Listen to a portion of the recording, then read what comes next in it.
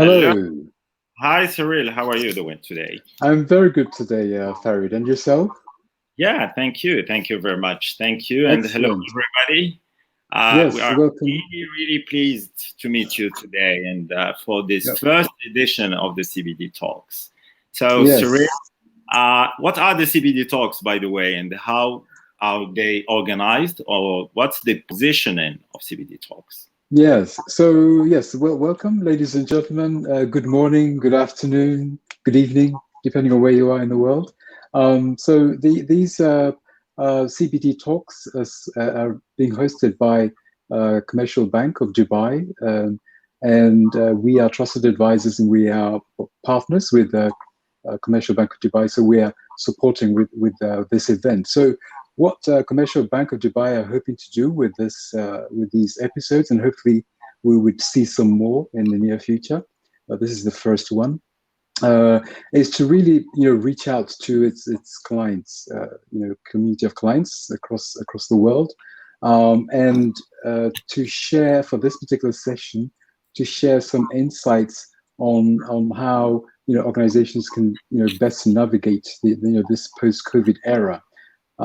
So we have some awesome speakers here, as part of today's session, and I'm going to leave Farid to introduce our speakers, and then we're going to be moving straight into having these conversations with our speakers in the next half hour.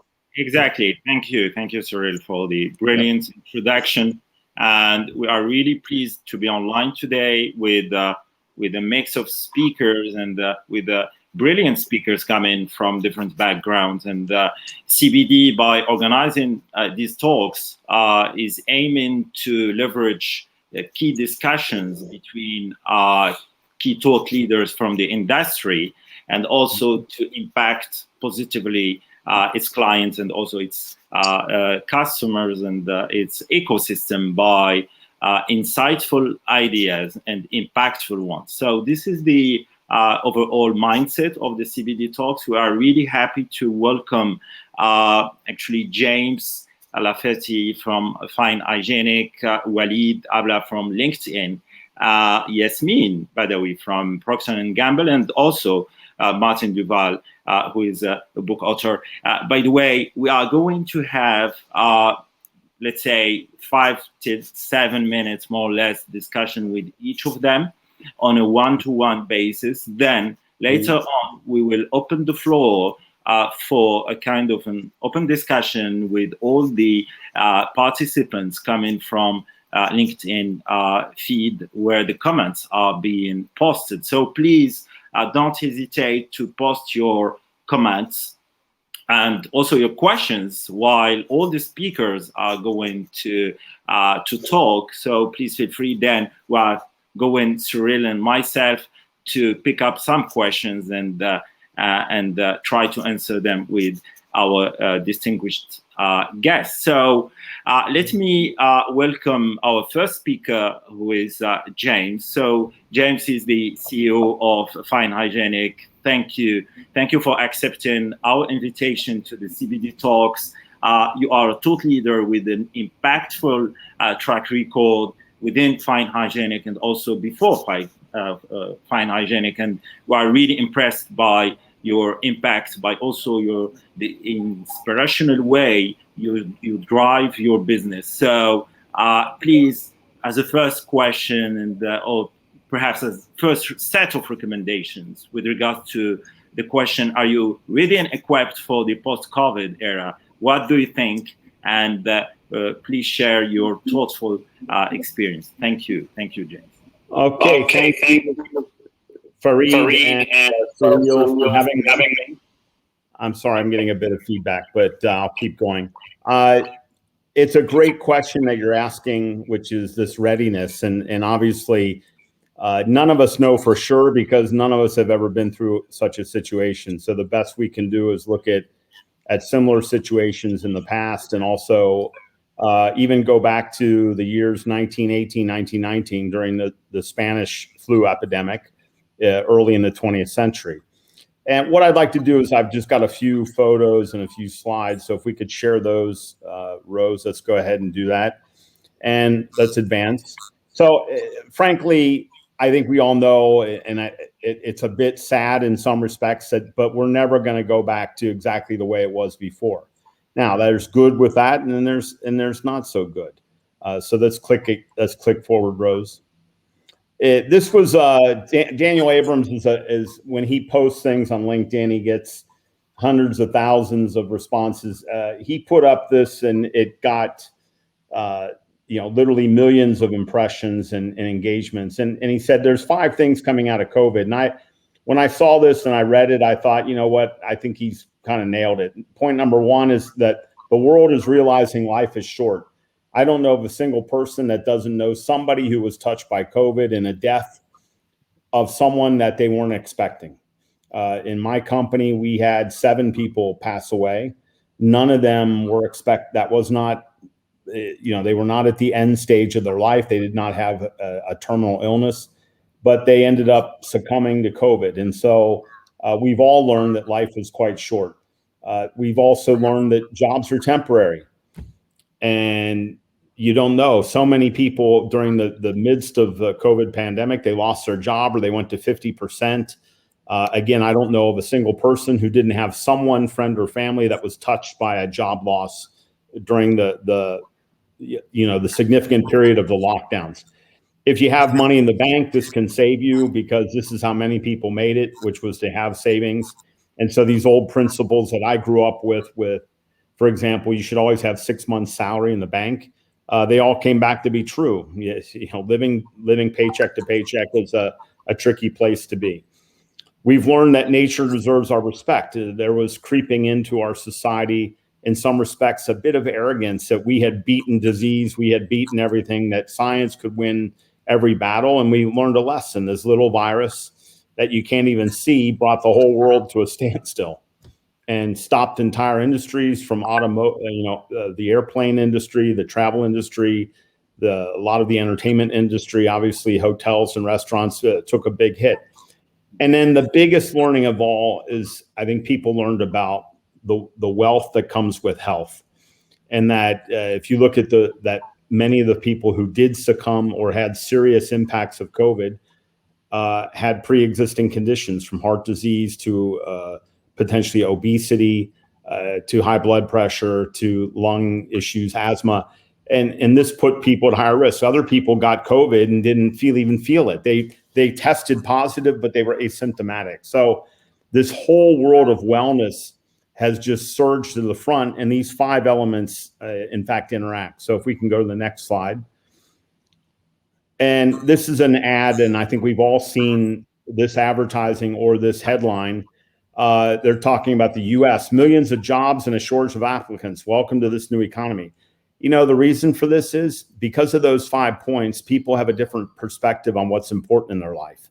They have a perspective on health. They have a perspective on the longevity of a job.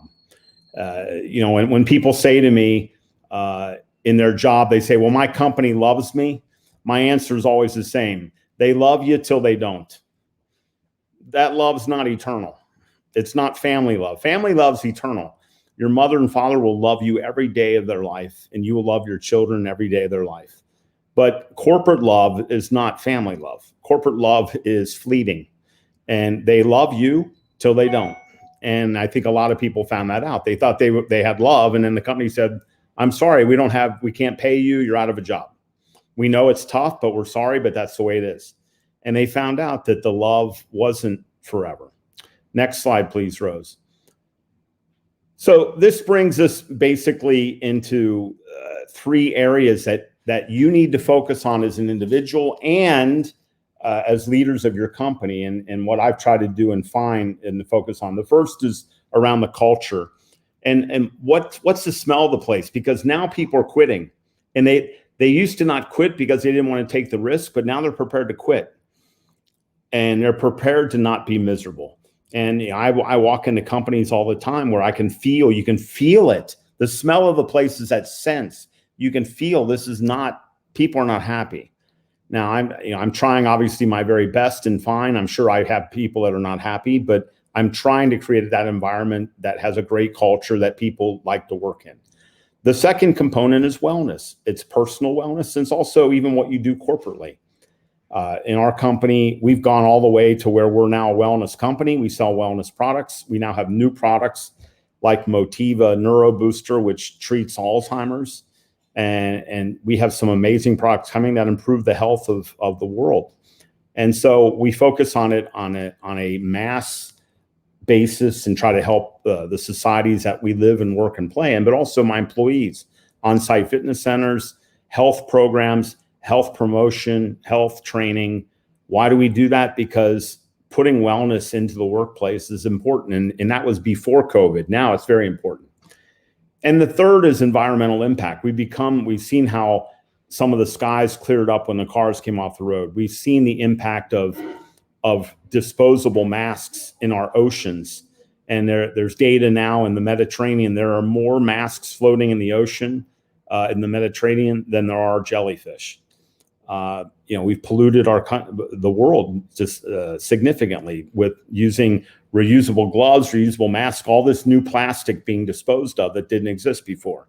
So all of this is come to the forefront through this pandemic. And these are things, if you want to be ready, you got to be thinking about. So next slide. These are the pointed questions that you have to ask yourself. And the questions I'm asking myself as the CEO of Fine Hygienic Holding every day. What is the smell of the place? What's the smell in your office? What do you sense? Because you got to ask yourself the big question, are you about to get hit by a wave of resignations? There are many companies, certainly in the US and in parts of Europe, they have seen massive resignations. I think some of these announcements that come out of Wall Street, like JP Morgan saying, everybody's going to be back in the office by September 1. I don't care about what anybody else is doing. I think they're going to get hit by resignations they've never seen before because they are not reacting to what's happening. We've learned that remote work can work. We've learned that a hybrid setup can work. We've learned that we can make these things work, and people are not going to go back. It's not going to be just march back to the office. And we have to think about that. Ask yourself what the smell of your place is, and are you working on it? Because you got to be careful. We're in a world now where a lot of people aren't going back, and there's job openings everywhere, and people have choices beyond belief, and we need to be ready. The second is to ask yourself the question, how can you impact health and wellness, both for your employees, your culture, but also how can you make an impact outside? Because this is top of mind. Folks, we pivoted as a company to wellness in 2018. Why did we do that? Because data from a number of sources said that by the year 2050, wellness would be the #1 global trend. This was before COVID. Before COVID. Can you imagine now where wellness is? It's #1 by a mile. It's so high. You've got to somehow be looking at wellness, whether it's the type of HR offerings you have, whether it's the kind of programs that you offer your employees and the kind of fringe benefits, or the kinds of products and services that you offer. How can you impact wellness? And you better make an impact because this is on everybody's mind. And then the third is to ask yourself a simple question. Are you an environmental villain or an environmental hero? We're a paper company, and I had every paper mask manufacturer and plastic mask manufacturer in the world saying I should get into making disposable masks. My answer was absolutely not. We're going to be responsible. We did only reusable to save the planet. And that's the ethical, responsible thing to do. Every one of us has to have an obligation to protect this planet. And this is a planet our future, our children will inherit in the future, our grandchildren will inherit, and we have a moral obligation to look at the environment.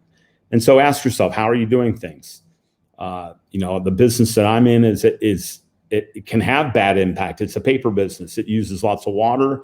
It has to treat water. All of that has to be done. We are trying everything we can, from buying 100% sustainable pulp that goes in the paper to treat wastewater, treating every single drop of water that we use. We recycle it and clean it and treat it to make sure that it's safe to enter back into the ecosystem. We only use reusable masks. We only sell reusable masks and gloves. We're trying. And every company needs to step up on that. And it can be small decisions or it can be big decisions. Both are helpful and both make an impact on our world. Those are the questions you need to ask to make sure that you're ready as a company and as an individual and as a leader for this post-COVID era. I hope this has been helpful, and I will turn this back to the team. Thank you very much. Yeah, thank you. Thank you, James, for this brilliant presentation with really inspiring words and also inspiring actions where us as individuals and eventually as companies need to articulate the value of our energy from now on. So, Cyril, do you have any question for James before him leaving the floor to the other speakers? Oh, Cyril, you are muted actually. Go back. That's better. Right. Okay. Yeah, I know. I think James's presentation was very, very relevant for the topics that we are covering today. So yeah, we really, really appreciate your insights there, James. I'm sure our participants would have a number of questions. Obviously, their questions are more important than mine and Farid's. So we will attend to those questions later on in the session. So yeah, many thanks again, James. Thank you, James. So please stay with us till the end. Yeah, I'll stay with you. I'll stay. Thank you very much. We'll get back to you to answer any questions that will be mentioned in the feedbacks on LinkedIn. So, Cyril, right? Yes. Who is so our next speaker? Yes, we have our next speaker is Mr. Walid Alba, who is the Middle East and Africa Regional Director with LinkedIn. I'm sure we all know about LinkedIn, a very global brand. And Walid is going to share with us some insights on this topic from a LinkedIn perspective. So yes, over to you, Walid. And thank you very much, by the way, for participating on this session, Walid. Thank you for having me, Cyril and Farid. It's a pleasure to be here. Yeah.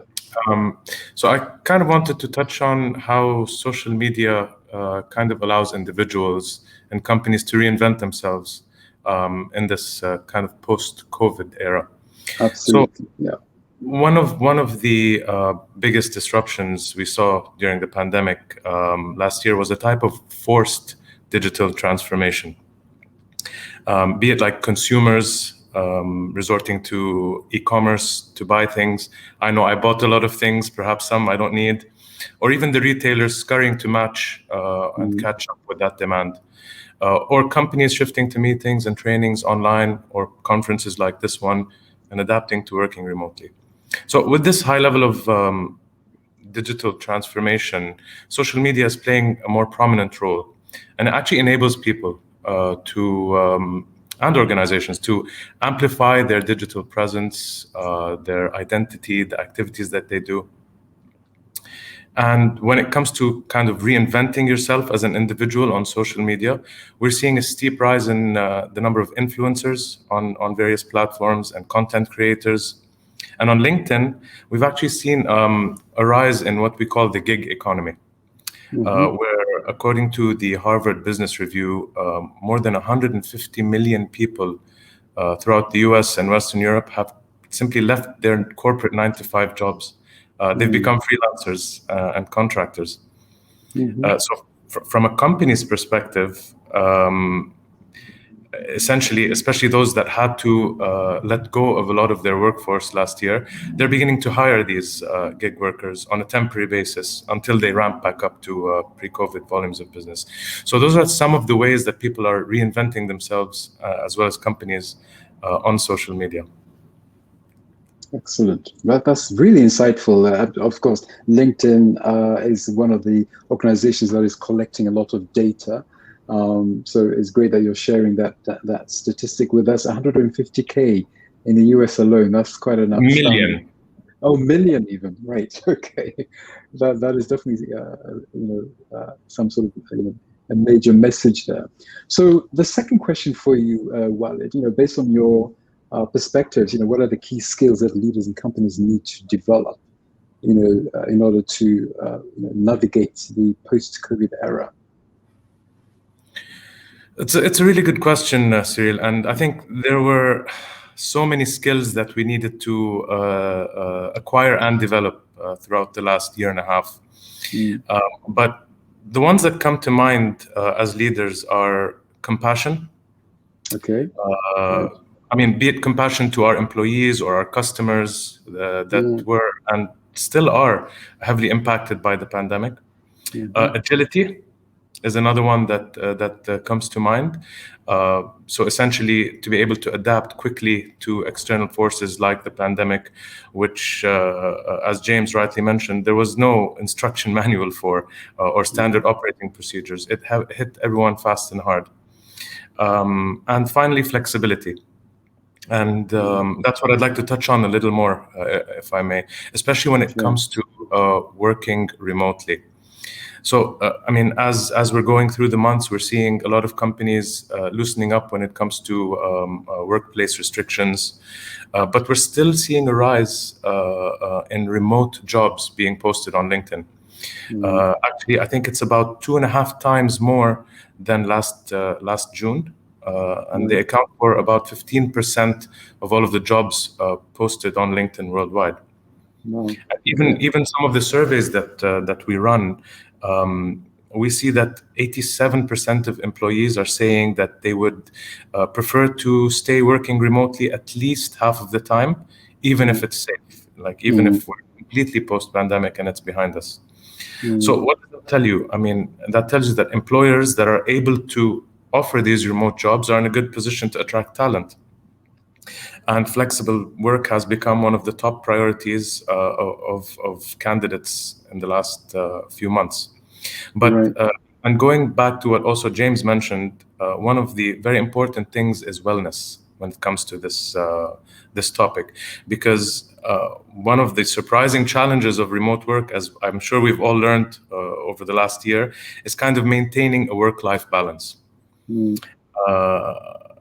And despite all of the positives of working remotely or from home, we tend to kind of overlook this downside. So it can impact our work-life balance, and that's quite a big deal. What we're seeing is a lot of burnout, burnout on the rise. So companies that want to attract and retain talent, they have to kind of address it. Whether it's by more time off, open discussions about mental health, reevaluating the company culture. So as James put it, what does it smell like in the office, right? And even tactical things like blocking calendars, burnout training for managers, mental health resources. So we're doing quite a few of these at LinkedIn with things like no meeting days and the such. So I think that those are some of the perhaps overlooked skills that or kind of underestimated, that as leaders we have to keep acquiring and developing post-COVID. Excellent. Thank you very much, Wally. That's really, really useful. So essentially what you're saying is that leaders want to be able to develop, more compassion and more empathy even. I guess listen more, right? That's probably a good start. A bit like how we do with our customers, but it seems we also want to be doing the same with our employees. Right? Definitely. To make sure that well-being, etc., is in place. Very, very, very useful. Thank you very much for sharing those insights with us. We would obviously be taking questions from our audience and we'll be addressing them later on in the session. So yes, please stay with us. Great, awesome. Thank you. So Farid, thank you very much. Who's our next speaker? Yeah, our next speaker, actually, she's a female leader and a female manager, actually. Yeah. So Yasmin Badawi, welcome on stage. Yasmin is actually a brand director within Procter & Gamble. So she has a brilliant track record in terms of experience and also in terms of how rich is her background thoughts in terms of impact and also in terms of the companies she went through in the past. And she has many things to say as far as I know, because I know her really personally, and I know how brilliant she manages her projects, her personal life, and how the balance is being made between all of these things. So my first question to you, Yasmin, and thank you for attending, and is the following: how did you manage actually to stay connected to customers during the COVID period? So, and what are the key learnings that you take with you during the post-COVID era? Thank you, Farid. Thank you, Cyril, for having me today. As for your question, I think this was a key pain point for our company. Reason being is in P&G, the consumer is really at the center of everything that we do, and consequently, being on the feed most parts of the year, being in touch with consumers, generating insights is really at the core of building our brands. So with COVID, we needed to find new ways to stay in touch. And we have actually managed to conduct our in-home visits, trade visits, store checks, consumer connects virtually. Sometimes we would be sitting in Dubai talking to consumers in Kuwait. And I believe it has required a shift in mindset to be agile and to adapt very quickly. And we have managed to deliver on the same objective with even better productivity.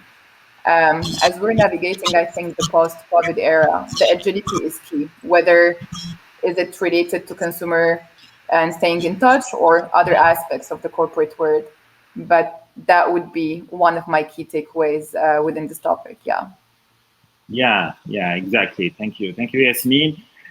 So my second question to you is actually more around the role of corporate organization during the COVID times and towards community. So what do you think about this, and how it is being reflected based on your experience and also the experience of England? Yeah, I think it's an excellent question. I mean, in P&G, we touch and we improve our consumers' lives, and we pride ourselves on doing so by serving them with superior products, superior brands that they use and that they need on a day-to-day basis. We have made sure we maximize the availability of those products and that are essential during COVID times. But most importantly, we believe that there is always a time to give back and to be there to serve on the service to people on the front lines who are caring for their families, our families, and the communities. So very early in the pandemic, we assessed our production lines, and we learned that we can actually produce face masks and sanitizers. We decided to go ahead and we build the capability in our plants all over the world. But we have also decided that those masks and sanitizers will be donated because that's our social responsibility to be there for the communities. Again, as we're navigating the post-COVID era, I think being mindful of the community is really key for any company to stand the course and to stand the test of time. Yeah, definitely. Thank you, Yasmin. So, Cyril, do you have anything to add with regard to what Yasmin just said? Okay, I think you are muted, actually. Yes, I'm muted again, sorry. No, that was really great, Yasmin. It's wonderful to hear this from a branding perspective, right? So you're highlighting, the reputation that your organization has, and making sure that the community is aware of what your organization is doing, and that is helping to promote your organization. So that's really, really great to share that with us. Awesome. So, thank you, Yasmin. We will bring back to you later on with some questions. And indeed. So our last speaker would be Martin, right? Indeed, yes. Martin Duval is is an author. He's very, very passionate about innovation, and he's going to be he's the author of the book From Open Innovation to Collective Intelligence. So he has this sort of bigger picture. He's a broad thinker, perspective.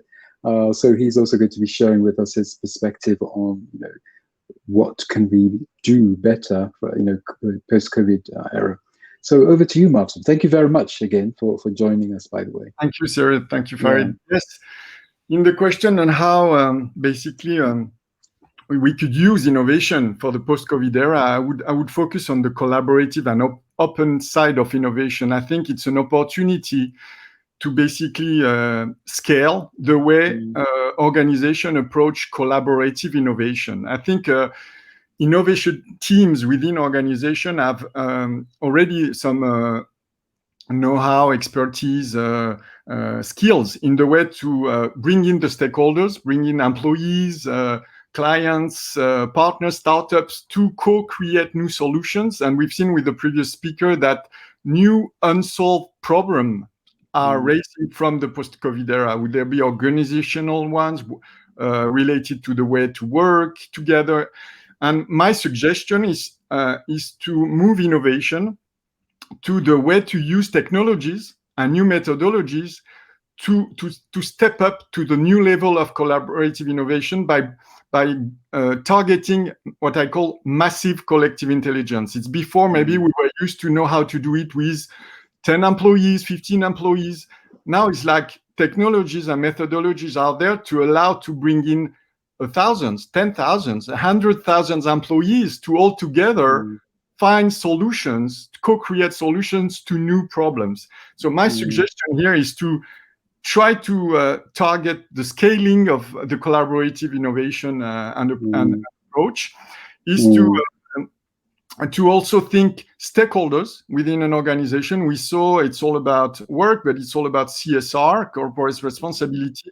To think about your organization as having maybe sometimes untapped assets when it comes to stakeholders. How far do we engage the intelligence from all our employees? And we know that we're talking about organizations that have thousands of employees. Do they really involve them when they ask the open question that previous speakers have asked, how to now do this, how to tackle this new issue?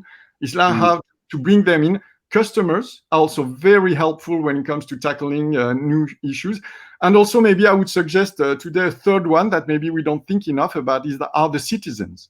Within a territory, within a country, we want, for example, as a company, we supported a company like Decathlon in the sport area, where they co-build their vision 2030 involving us as citizens in trying to imagine the future of sports, and I think it's possible today for organization to do that. And I want to mention that they should see that as new skills to create a new competitive advantage through the ability to leverage this massive collective intelligence from stakeholders better than other organizations and create competitiveness in the way to leverage that better than others. And so at the end of this question, maybe I would add, Cyril, the fact that the two dimensions that companies should focus on is create unusual level of engagement from the people, the stakeholders that will propose new solutions, and check and make sure, and I think we all agree on that we are more intelligent when we are many of us, right? And create the insights and the solution. So I think it's to try to pull both at the same time. How do I create an unusual level of engagement together with creative insights to tackle the new issues that we've seen the post-COVID era is raising? Yes. No, that's you're spot on, Martin. You're emphasizing the importance of collaboration. Working together, because we live in this VUCA world, right? And of course, complexity is one of them. We are more complicated than we have more networks than ever, and we have to connect all of them together somehow. And leveraging on technology to do that is what you are saying here, right? Yeah, which is very, very, very relevant. Great. Okay. So thank you very much again, Martin. If you could just hold on with us. What we're going to do now is we're going to invite our audience, to have those that have any questions for our speakers. Please share them on the platform, and of course we will do our best to assign those questions to our speakers. So yes, we invite our audience to do that. Meanwhile, and waiting for the audience to react, perhaps if any of the speakers has any question for another speaker, please go ahead. So it would be really something that we are welcoming. And Yes. feel free to ask any question based on what you have heard during the interactions. And yeah. That would be And, interesting as well. While we're waiting for our audience to Sure, come up with I'll take this opportunity, Farid, and try to ask my colleague speakers maybe from your experience, from what you're seeing in the organization that you are working or interacting with, what should be the big question that maybe in 2021 or 2022 organization should tackle, involving all the employees to find together the solution and co-build the solution? If there were one question you would choose, what would it be that deserves that mobilization?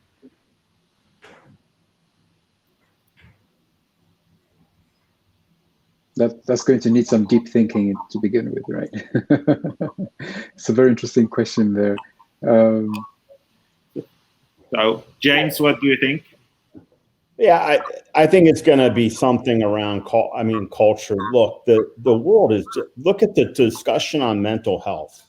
Look at the people won't even go back to work in the United States. I mean, they would prefer to live a different life than they did before, and they just won't even re-enter the workforce. I was in a call with the hospitality industry. The hotels in the U.S. they can't even fill the open jobs. There are airline flights that aren't flying because there's no staff. And I think there's been this epiphany. I mean, we've all talked for years. When I was a young executive, Yasmin and I worked together in P&G, a great company. We would all sit and talk about family is first, and I'm going to put my kids first. And it was always a struggle, and it was a challenge in juggling everything.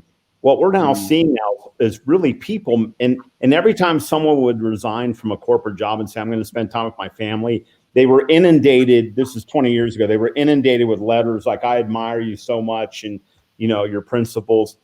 But now we're seeing it being done by hundreds of thousands of people at once. The world's really different. And I think we've got to get a grip on mental health and mental health in the workplace, and how we avoid things like Waleed was talking, Yasmin talking about burnout and fatigue. And this is forefront now management of organizations. It used to be, what's your training program? What's your compensation plan? What's your medical insurance?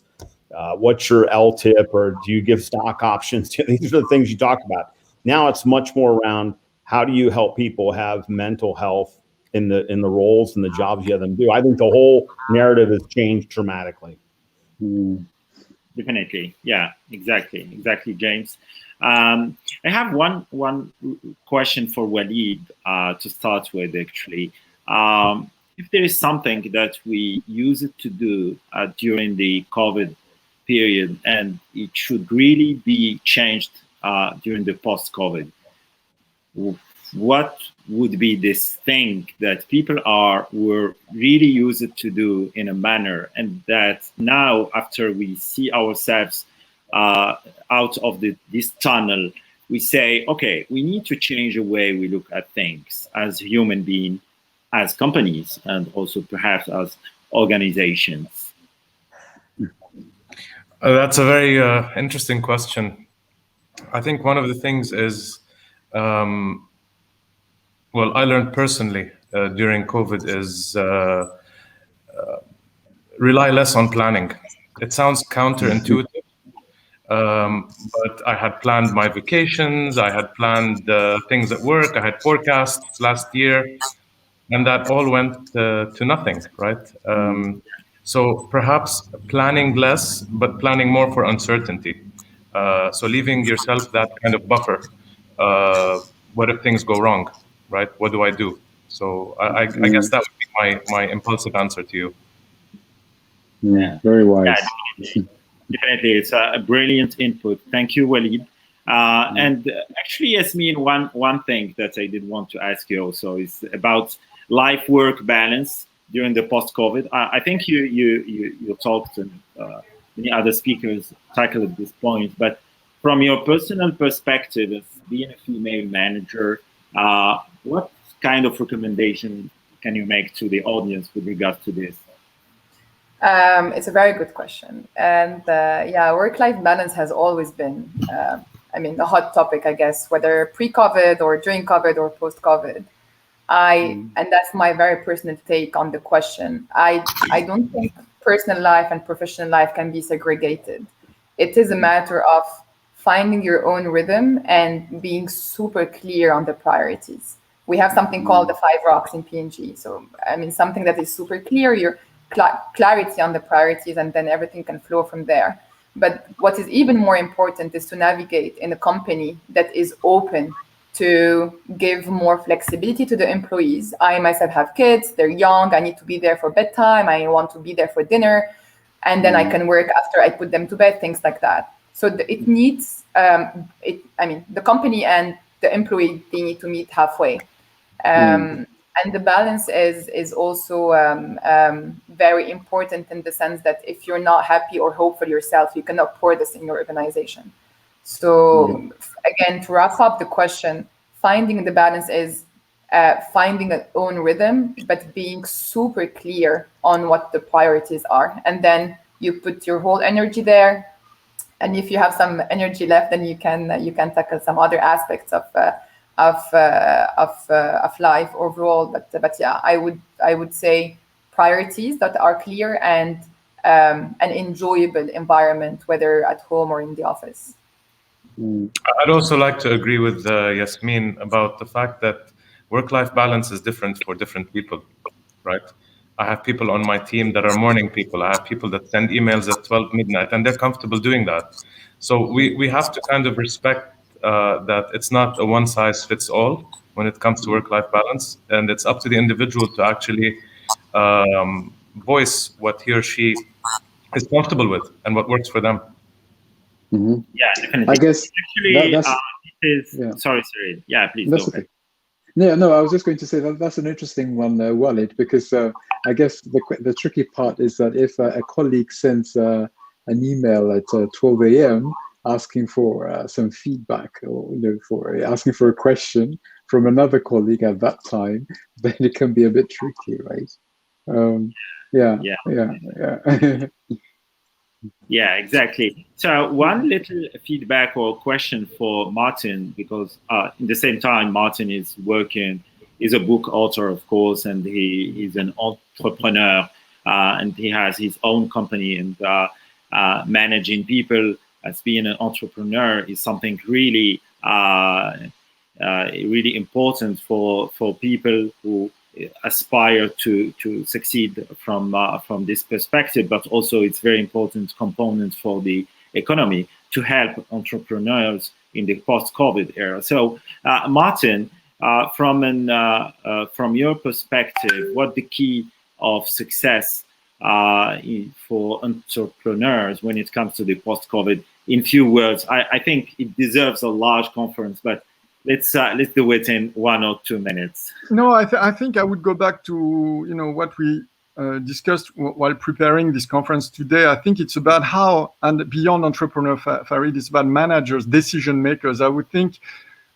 decision makers have to, like I said, maybe create a more collaborative context of their own decision when they decide something now, because everyone understands we are tackling new issues, like unprecedented facing issues like the VUCA world that Cyril mentioned.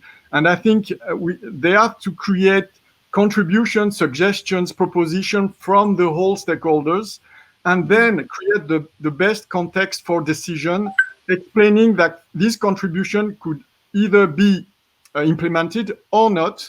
So I think it's about changing the way decisions are taken, maybe, with small committees and so on. They should reinvent the decision process, leveraging more collective intelligence. That would be my advice. Would you be a small company involving your customers? I think we have to change the magnitude of taking decisions based on massive collective suggestions, contributions. Mm-hmm. Exactly, Martin, which is aligned with what you said before. So let's take 2 questions or 3 from the audience. There's the first one from Greg. So thanks, Greg, for asking this question. So it's about any key steps to maintain mental health with all the changes happening, and how do we stay sharp in the midst of the uncertainty? So I think that Yasmin talked about it a bit. James also, and also Walid. So I think we addressed this question. Anyone who is willing to add anything to what we already said for as complementary information for Greg, who asked this on our feed, feel free. Otherwise, there is another question from Sharad who says, how can we empower a hybrid workforce? So feel free to jump into the answer. We can answer one or 2 minutes. I just want to mention that to me, a lot of the questions related to new ways to work are mainly related to either remote versus presential work. I think more thinking around asynchronous versus synchronous should be also added to that, and that's back to the remark from Cyril, bouncing back on Walid. The email. I think we should structure anything we do now, thinking also about asynchronous versus synchronous. If we do, for example, a seminar, an event, we should think prior to the event to send a big questionnaire to a big group of people and focus on these 2 hours of all together synchronously to do something else, maybe decide together, while the discovery of the content should be done earlier. And I think managers should more think like that in addition to just remote versus presentially. Yeah, definitely. Anyone else who would like to comment on this? Thanks. Yeah, Farid, I'll just build on what Martin was saying. I think there are two. I have the prayer at the background. There are two folds. One for people who are within the company navigating this COVID, who are used to a certain operating model, and they know each other. So basically, I know the colleagues I'm working with because I was used to see them. For these kind of people, we can work on interactions, teams, some sort of engagements. What is tricky is for people who are joining, either during COVID or post-COVID, who are actually working with teams they have never met. I have this in my team. So one of my team members have been recruited in the middle of COVID, and she hasn't seen those people. So for this community in specific, the companies in general needs to be much more mindful and careful as well. Be it planning proactively certain Teams meetings, forcing cameras to be on, things like that. I think the productivity as such has been proven to still be delivered despite people working from home. But yeah, we should be more careful about people who are joining virtually during COVID or post-COVID. Yeah, definitely. So, James, what do you think about hybrid workforce and how do you manage it within a Fine Hygienic? Okay, sorry, James is on. Sorry about that. I think it's here to stay. It's working well for us. Look, we've had a lot of talks with the people. Let's talk about a marriage. You can't really run a marriage 100% remote. You still need to see people. You still need to interact with people. And the same is true for a team. There still has to be some degree of physical connection. And, we wouldn't run our families long distance or only on Zoom or Microsoft Teams, and we wouldn't run our marriages like that. So, to think you can run a team fully remote, I think is pushing it a bit. But letting people have, we're looking very closely at probably a 3-2, of 2 days in the office, 3 days remote, or wherever you want to be, and people can pick, and total flexibility. And based upon the work we've been doing with our employees, they're all pretty happy with that. So we still get to see each other, but we also give working mothers and people with certain family needs the ability to be completely flexible, 60% of the time. So I think it's here to stay. I think it's the best bet. I think to go one way or the other, like you've got JP Morgan telling people you're back in the office on September 1. I don't know if that's going to work. And then you've got, obviously, the Facebooks and Googles have gone to 100% work remote. Maybe they can do that. Maybe the tech industry does that. But I still think, we have real teams, and we need to be close to the consumer and close to the shopper. And that will require some degree of physical commitment. So the hybrid for us is where I think we're going to end up for many, many years to come. Yeah, thanks, James. Do you echo the same, Walid, from your side and from LinkedIn perspective? Yeah, definitely. I mean, we have to take into consideration that different industries will lie somewhere differently along the gradient, right? Some industries can do 100% and have been doing 100% for the past year.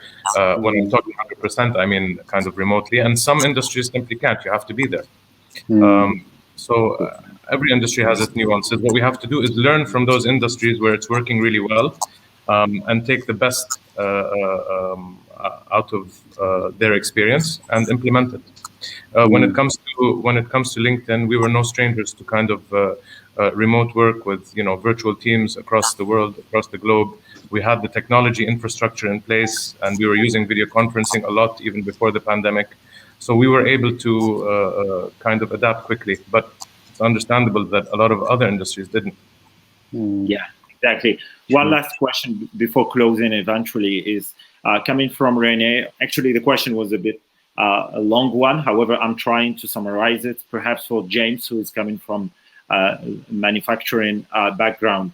So what would be the next step around a ecological and sustainable project deployment during the post-COVID? So any key thoughts, James, about this? Yeah, as I said, I think the pandemic brought a lot of attention to the environment, and companies are going to have to really step up and also be consistent. I mean, you've got companies that are going out and saying, we really believe in the environment. We're doing this and this for ocean plastic, and then they're using disposable masks everywhere when there's reusable available for everybody. I mean, I don't, it's very inconsistent. So I think it's about consistency and even looking at the small things. I mean, we've done lots of small things that you can say it's a pinprick, but it's a difference. And we don't have water bottles anymore in the office. Everybody has reusable water bottles. We've got the whole company. We only buy our drinking water in bulk. I mean, it's little things, but little things add up. And that's how I think the winners are going to approach it long term. Definitely. Thanks, James. Thanks, Walid. Thanks, Martin. And thanks, Yasmin, for joining the CPD Talks. Thanks, Cyril. And have an excellent day. Have an excellent vacation for people preparing themselves for the vacation period. And hope to see you soon during the next edition of the CPD Talks. And have an excellent week. Thank you very much. Thank you all. Thank you for having us. Thank you. Thank you. Bye. Bye-bye. Bye-bye.